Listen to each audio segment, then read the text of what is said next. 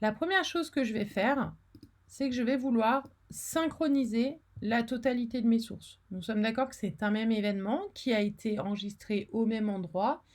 Donc je sais que ce sont plusieurs vues d'un même événement.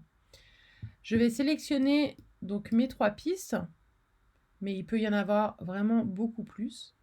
Je vais venir faire un clic droit et synchroniser les plans pour avoir un plan synchronisé. Donc je vais renommer ce plan synchro. Je veux qu'il me le crée dans ma vidéo tuto avec un timecode de début de 0. Et en fait, il va utiliser l'audio de toutes mes sources pour faire la synchronisation. Je pourrais aussi choisir des réglages personnalisés pour utiliser... voilà. Donc par exemple, moi je vais vouloir faire du format HD en 30 images par seconde, car c'est comme ça qu'ont été enregistrées mes données. On voit que c'est assez rapide, le processus peut être un petit peu plus lent, il faut bien essayer de le laisser aller jusqu'au bout. Si jamais la synchronisation automatique ne marche pas, il faut essayer de le faire peut-être avec moins de données, c'est-à-dire utiliser par exemple la V1 et la V2, ou l'audio et la V1 par exemple, et de le faire par des fichiers de données plus petits. Donc on voit que ma timeline, donc ici je vais avoir tous mes différents plans.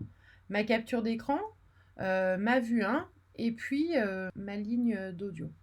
Donc la première chose que je vais faire, c'est regarder est-ce que les pistes sont bien synchronisées. Pour cela, je vais me mettre en lecture, donc on voit que je vais pouvoir bouger avec ce qu'on appelle le skimmer en rouge. Et avec la touche espace de mon clavier, je vais pouvoir mettre en lecture.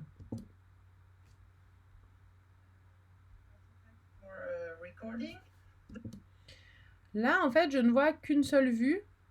Donc, en appuyant sur la touche V de mon clavier, je vais pouvoir venir valider et dévalider certaines pistes.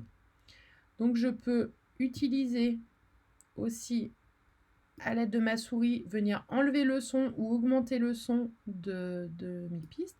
Donc là, par exemple, je vais écouter ma vue 1 avec mon audio. My first data collection.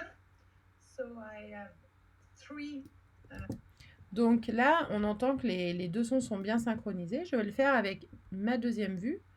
Je reviens au début. Je vais venir valider mon son. Je vais me mettre en lecture. On voit que le lip sync est bien synchronisé, donc que mes sources sont bien toutes les 3 synchronisées.